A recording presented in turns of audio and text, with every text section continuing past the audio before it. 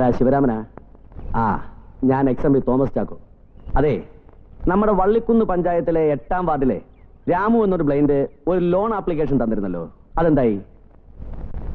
വകുപ്പും നിയമമൊക്കെ കാര്യങ്ങൾ എളുപ്പമാക്കാൻ വേണ്ടിയല്ലേ, അല്ലാതെ മനുഷ്യർ ഉപദ്രവിക്കാൻ വേണ്ടിയല്ലല്ലോ. എടോ, കോടിക്കണക്കിന് രൂപ ഇവിടുത്തെ മുതലാളിമാർക്കും രാഷ്ട്രീയ ദല്ലാളന്മാർക്കും ലോൺ കൊടുത്ത് മുടിക്കുന്ന ഒരു ബാങ്ക് അതെന്റേത്. ഇതൊന്നും അല്ലെങ്കിൽ ഒരു അന്തന് കൊടുക്കുന്ന ലോണാ 5000 രൂപ. തനിക്ക് പുണ്യമെങ്കിലും കിട്ടും. തന്റെ പോക്കറ്റിൽ നിന്ന് എടുത്ത് കൊടുക്കണ്ടല്ലോ. അതോ ഇനി തനിക്ക് പോക്കറ്റ് പണി കിട്ടാഞ്ഞിട്ടാണോ? അത്രയ്ക്ക് സത്യസന്ധനാണെങ്കിൽ അത് ഉടനെ ഒന്ന് പാസ്സാക്കി കൊടുക്ക്. മതിയല്ലോ. മതിയോന്നോ? ഇത് ധാരാളം. ഈ ഉപകാരത്തിന് സാറിനോട് എന്താ പറയണ്ടേന്ന്? ഒന്നും പറയണ്ട. ആരുടെ ഔദാര്യം അല്ലത്, നിനക്ക് കിട്ടാൻ അർഹത ഉള്ളതാ. ഞങ്ങൾ ഇറങ്ങട്ടെ. വാടാ. ആരോ വന്നിട്ടുണ്ടെന്ന് തോന്നുന്നു. നല്ല വില കൂടിയ സെന്റിന്റെ മണം. ഡൽഹിയിൽ നിന്ന് വന്ന വിനോദിന്റെ ഭാര്യ ജയന്തി. ഇത് രാമു, നമ്മുടെ ഭവാനിയമ്മയുടെ മോന. നല്ല അസലായിട്ട് പാടും. പാടുക മാത്രമല്ല, പാട്ടെഴുതും. അതിന് ഈണവും ഉണ്ടാക്കും. പാട്ടെഴുതിയേ? അതെങ്ങനെ? മനസ്സിൽ കുത്തിക്കുറിക്കും, പിന്നെ അങ്ങോട്ട് പാടും. എന്തിനെ കുറിച്ചാ പാടുന്നേ? ദൈവങ്ങളെ കുറിച്ച്, പിന്നെ ഈ സുന്ദരമായ ഭൂമിയെ കുറിച്ച്. My God, I can believe. ഒന്നും കാണാതെ പിന്നെ ഇതൊക്കെ എങ്ങനെ എഴുതുന്നേ? വിരലോണ്ട് തൊട്ട് അവനെല്ലാം അറിയാം. ചെറുപ്പത്തിലെ അമ്മ പറഞ്ഞു തരുമായിരുന്നു. ആകാശം, സൂര്യൻ, ചന്ദ്രൻ, പുഴ, മഴ, മഴവില്ല്, പിന്നെ ഈ കാറ്റും വെയിലൊക്കെ നമുക്ക് അറിയാലോ. ആഴ്ചപ്പതിപ്പ് വരുന്ന കവിതയും നോവലും ഒക്കെ ഞാൻ വായിച്ചു കൊടുക്കും. അതെ അതെ. പിന്നെ എന്റെ വാസന്തി വർത്താനം പറയണ പ്രായമായപ്പോ അവൾ ഓരോന്ന് പഠിപ്പിക്കും. വാസന്തി വിരലോണ്ട് എന്റെ പുറത്ത് എഴുതിയ എനിക്ക് മനസ്സിലാവും. പിന്നെ കുറെ ഇംഗ്ലീഷ് വാക്ക് അറിയാം. നീ ഒരു പാട്ട് പാടി കേൾപ്പിച്ചേ. കയ്യിലുള്ളതൊക്കെ പഴയ സ്റ്റോക്കാ. പുതിയതൊരെണ്ണം എഴുതിയിട്ട് ഒരു ദിവസം പാടാം. ഇന്നിപ്പം മനസ്സിന് സുഖമില്ല. പോട്ടെ സാറേ.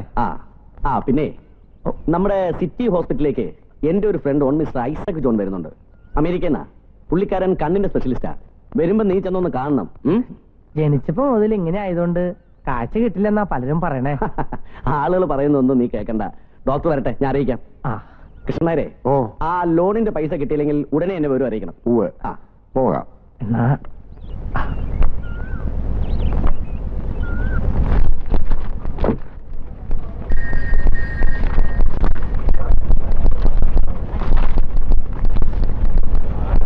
ബേബി രാമു, ഗോതവർമ്പിൽ ഹൗസ് അല്ലേ? അതെ. മനഃപൂർവ്വം വെച്ച് താമസിപ്പിച്ചൊന്നുമല്ല. ഇതിനൊക്കെ ചില വകുപ്പുകളും നിയമങ്ങളൊക്കെ ഉണ്ടേ. അതൊന്നും നോക്കാതെ പണം എടുത്ത് തന്നാൽ റിട്ടയർഡ് ആകുമ്പോൾ ചിലപ്പോൾ ബാക്കിയുള്ളവന്റെ പെൻഷൻ വെള്ളത്തിലാവും. തോമസ് സാറിനെ പോലെ ഞാൻ വായിൽ സ്വർണ്ണക്കരടിയായിട്ട് ജനിച്ച ആളൊന്നുമല്ല. അയ്യോ, സാറിനെ ബുദ്ധിമുട്ടിക്കണമെന്ന് വിചാരിച്ചിട്ടല്ല. ഇവന്റെ നിവൃത്തികേടുണ്ടാ. എന്റെ അളിയനായതുകൊണ്ട് പറയല്ല. കണ്ണില്ലാത്തൊരു പാവത്തിനെ സഹായിച്ച സാറിന് 100 പുണ്യം കിട്ടും. ചെകുത്താനും കടലിനും ഇടയപ്പെട്ട അവസ്ഥയാണ് ഞങ്ങളുടെ.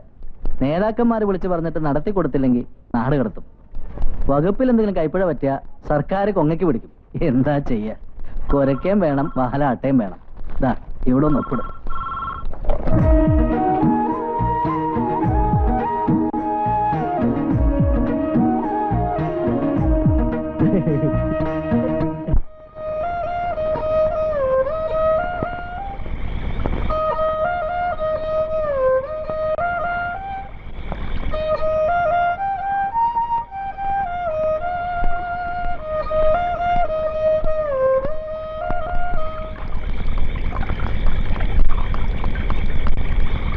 ചേട്ടാ കിട്ടി.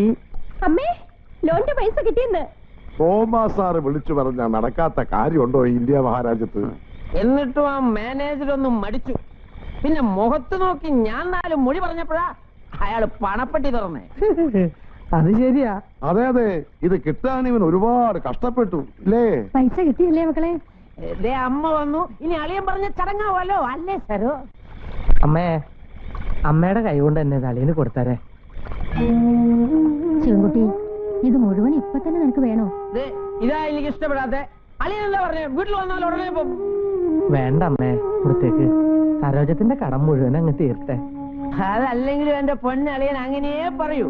അതുകൊണ്ടാ എന്റെ അളിയൻ എനിക്ക് ഇത്രയ്ക്ക് ഇഷ്ടം അല്ലേ? അമ്മേ, ഐശ്വര്യമായിട്ട് അത് കൊണ്ട് തന്നെ.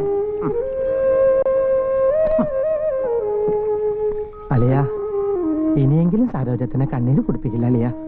ചങ്കുക്കുർത്തിന് വർത്തമാനം പറയല്ല അളിയ. ഞാൻ ഈ രൂപ വാങ്ങിച്ചത് ആർക്കു വേണ്ടിയാ? എന്റെ വൈഫ് സരോയ്ക്ക് വേണ്ടി.